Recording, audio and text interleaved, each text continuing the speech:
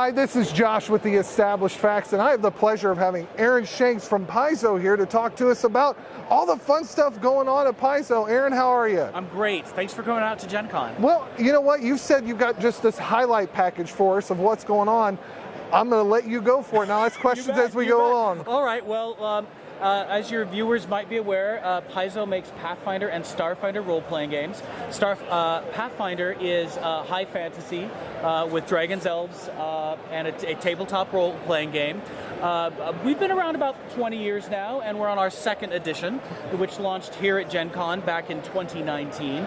And we're going stronger than ever before, I truth be agree. told. Yes. So the big news for Gen Con is the big Gen Con release is Pathfinder Rage of Elements. That's our hardcover rulebook release that we saved for Gen Con. Yeah, and what is the Rage of Elements? Well, Rage of Elements is a rulebook that has spells and items and class features for all the players and all the classes. It also has 6 new elemental planes, the 4 that you're used to, fire, air, earth, and water. And we've added 2, wood and metal, which come from Eastern mythical traditions. Okay. And found a way to explain that in our world, in our lore, in our Western European-inspired Lost Omens setting, or at least that portion of the continent. Sure. It's traditionally fire, air, earth, and water, as everyone recalls. In more Asian-inspired cultures, the tradition is usually something like fire, wood, metal, earth, and water, but not air. So different cultures have different traditional elements. Sure. And by adding all 6 into the book, we just make sure that you can play a character that comes from any culture from our world or anything you want to homebrew. Oh, that's great. So in our world, we said, well, wood and metal have sort of been hiding out in the cracks between the planes because there's been a Cold War. Well, in our world, the evil elemental lords had captured the good elemental gods and kept them imprisoned. Okay. But they've broken free, and now that the game's afoot, the war is on, and so the metal and wood elements have started to reappear because of that. That's great. So that's our in-game explanation for where have these guys been all this time, and that. But you can do what you want with your own setting and your own homebrew setting, of course. Specifically, we've added the Kineticist class to the game. I heard so much excitement about that among society game masters and whatnot. So the Kineticist was a very popular class from Pathfinder First Edition, and we play tested it last year and have put it into publication this year. And they can tap into any one of those 6 elements that I've mentioned, or combine them. Maybe 2 at first level, but the higher level you go, the more elements you can add. All I did was just imagine a fireball in the representation of a wooden chair. It was weird. Continue. There you go. Yeah. So, and it's each of the elements has a different trait to it. So yes, you can kind of blast with fire, but wood has more healing properties or more vitality properties. Sure. And an air has more movement and trickster properties, so that it's one class, but those 6 different elements can really add a lot of flavor to the way in which you play that class. We're very excited. Great. Rage of Elements is the first Pathfinder book that is remastered. So I'm segueing into the remaster project. So there was an incident last January, earlier in the year. We covered it. We called it a dumpster fire. Right. Well, I'll call it the OGL kerfluffle. Kerfluffle, I like it. There was some insecurity about whether or not that open gaming license was going to be available to us in the long term. So we decided to get together with other game publishers in the industry and invent a new one. Okay. And by invent a new one, well, it's called the ORC, the Open Role-Playing Creative License, and it really just replicates the open gaming license as we know and love it. Yes. It wasn't reinventing the wheel. No. It was just codifying what we've all grown to. establish our industry on for the last 20 years. And removing your, when I was looking through it, it was also about making sure that Paizo was not the only ones with control. Indeed, we paid for the legal fees. Yep. But we do not own the Orc license. It was created in collaboration with other game companies, large and small. Yes. It's done. It's on the Azora Law's website, I believe, and we will put a copy of it on our website for everyone to see. Good. And it's in our blogs already. Sure. So it's there and accessible. We did not get it done in time for Rage of Elements, truth be told. Yeah. So you'll find the open gaming license in the back of this book, and then in the back of we're presenting our representing our rules, remixing them, remastering them for the Orc license. The first 2 of those books come out in November, the Player Core and the GM Core.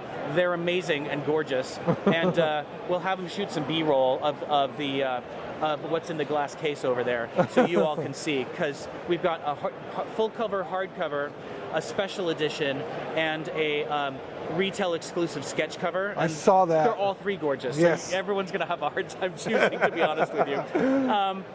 And so those books will be the entry-level books into playing Pathfinder Forevermore. We're phasing out our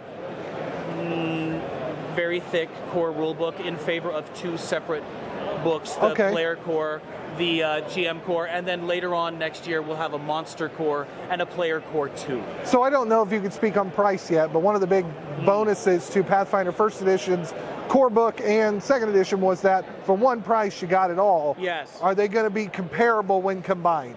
I think when you add up the 4 books, the four remaster books, plus, and what that's replacing the core rule book, the game mastery guide, the bestiary one, and the advanced player's guide. It's going to be similar in price, plus a price increase because inflation. Things have gotten bluntly, things have gotten more expensive to produce. We understand that completely. It's not going to be exactly the same, but it has been. I mean, our first book launched in 2019, and prices have gone up since then. Sure. So, and honestly, we've also taken some content from our Lost Omens books that, for the heritages and the ancestries, and put some of that content into these new core books. Okay. So you're really getting like a centralized remix experience with a lot of value for the in the content. Well, that's great. So is it, and of course the rules are going to be free on Archives of Nethys. Yes. And all other system reference documents websites. So we make our rules available for free, so you can look them over and get to know the game and have the big picture in front of you, and then hopefully you fall in love with the game and want the gorgeous art and the books on your shelf, or purchase or from our many digital partners. Yeah, you cannot beat the price competitiveness for your digital options that are out there. Let alone, I know everybody's like, well, you can buy your game store, you can buy it on Amazon, wherever you buy your physicals. Definitely, if you're looking for digital, go through the digital partners Paizo has. They're great. We've got many virtual tabletop partners, and Demiplane it's not really a VTT, it's an online tool. It's the D&D Beyond for everyone else. Okay. Most of the other TTRPGs, including us, are working with Demiplane as a central hub for online tools and character builders, so you'll find our content there. Sure. Let's see. So we've talked about Rage of Elements. Yep. We've talked about the remaster program. I'll mention Pathfinder High Helm, which released about a month ago. It's the newest hardcover in our Lost Omens setting, detailing a big dwarven mountain city, and thereby Galarian's dwarves in general. Okay. So it is. Our rule books are maybe 80% rules, 20% lore. Yeah. These Lost Omens books are more 80% lore, 20% rules.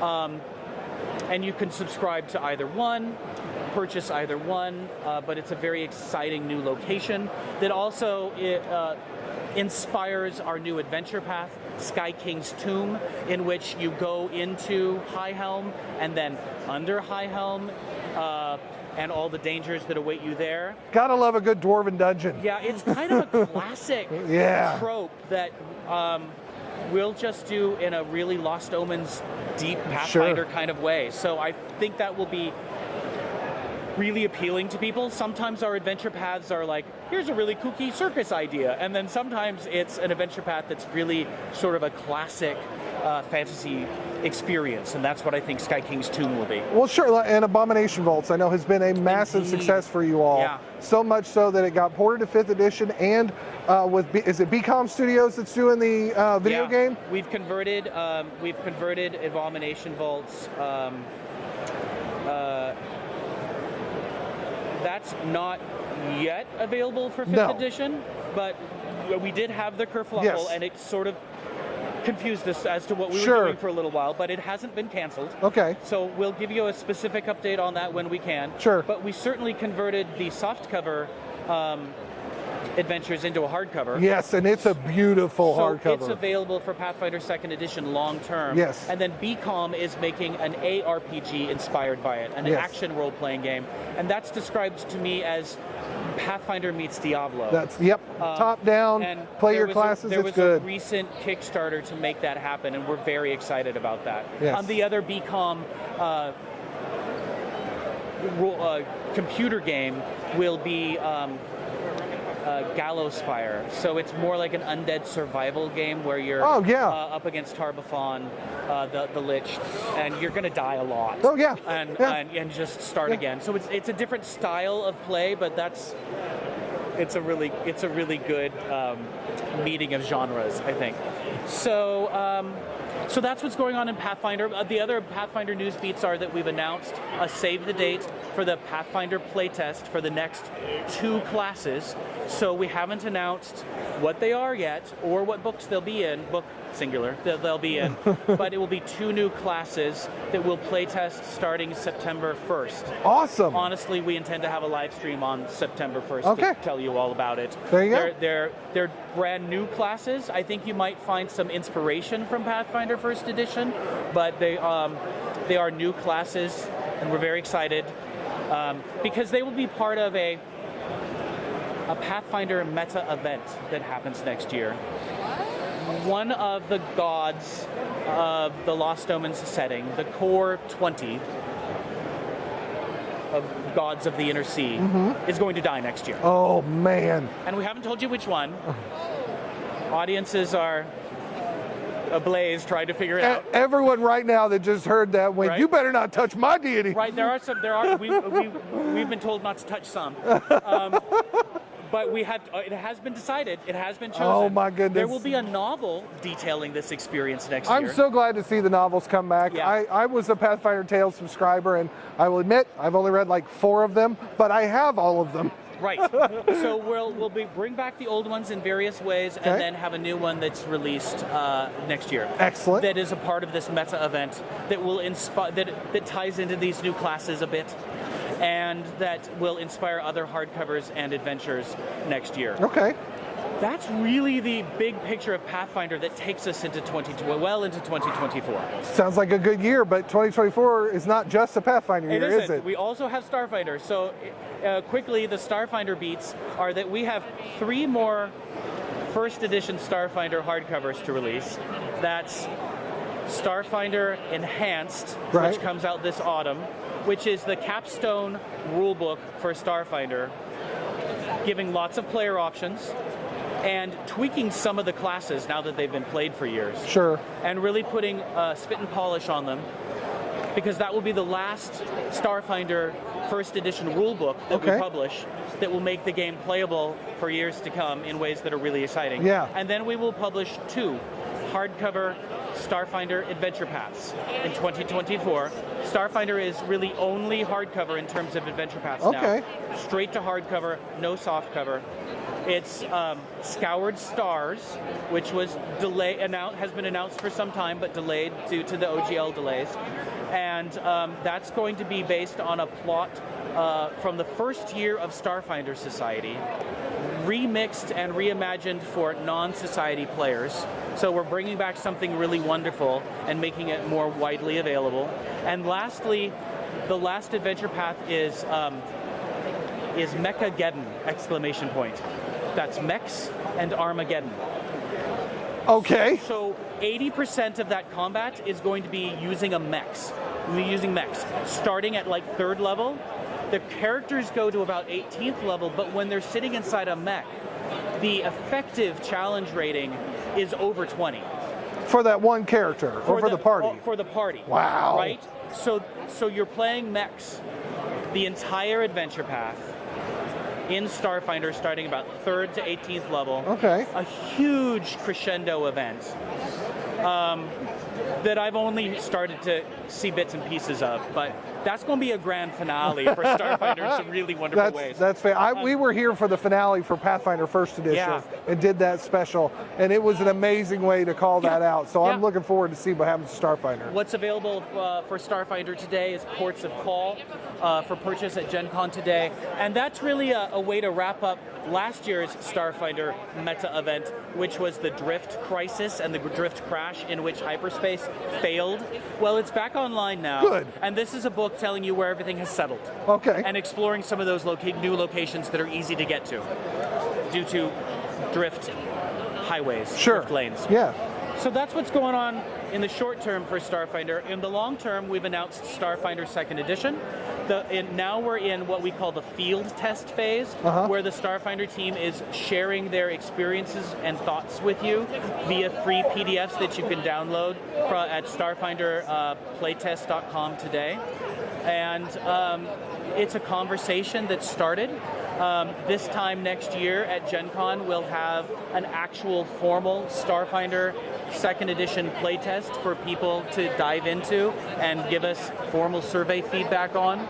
And then in 2025, we will launch Starfinder 2nd Edition. So we're really announcing this very early, making it a very open process, not surprising anyone. No. We know that edition shifts can be difficult, and it's that, emotionally the experience can be one of celebration of what's to come, but maybe a little mourning and loss about what has been established and what it will be fading to the background. Sure. So we think a 2-year process might be a more graceful way to do that. Well, Pathfinder 2nd Edition was a year, almost year and a half when you play tested that as well, to let people know this is coming. Yeah. And similar to Pathfinder First Edition, we never turned that off. No. We keep those books. They're behind me, folks. Yeah. In soft cover, so Pathfinder First Edition, we still keep in print. We'll do the same for Starfinder First Edition as long as there's demand. Sure. So, that's really the only other thing I would say is that the Starfinder Society is having an election for their first seeker. First seeker is their president of that organization, and so now is a great time to jump into Starfinder Society, get involved in that election process, learn the lore, learn the setting, be involved in creating the new Starfinder while playing Starfinder First Edition. Those are really all the news beats for Pathfinder and Starfinder. I know it's a lot. It is a lot, but that's good. That's good. We've been talking about this a lot on our podcast, how important it is to have options, to have creativity, and the flexibility to try new things and to respect that which came before. Indeed. I mean, I played a Pathfinder Society game just yesterday and found that there were First Edition Society games being ran because there's still interest in it. So supporting that, we support the orc. We're glad to see that it's out there. We're extremely grateful for your time, Aaron. Thank you. Again, this is Josh with The Established Facts, Aaron Shanks. Please check out Paizo.com, Starfinder Society playtest, StarfinderPlaytest.com. I think there's a Pathfinder playtest also. Is that right? Okay. So StarfinderPlaytest.com now, Pathfinder playtest in about 30 days. Okay. Starfinder First Seeker, Starfinder/First Seeker. No, it's just Starfinder. Oh goodness. Google Starfinder First Seeker. You'll get to the landing page to vote. I have a clever vanity URL that's escaped me at the moment, but we have a landing page for it. That's awesome. And you can go to Paizo.com/core preview to learn more about the remaster project and get on board there. Yeah, lots of website pages for you. So many. And we haven't even talked about the fact that we're a fully unionized company now. That's right. Or that we're updating our website. So next time when you show up, we'll have that conversation. Yes, that's fantastic. Well, thank you again, Aaron, and thank you all for tuning in. Thank you.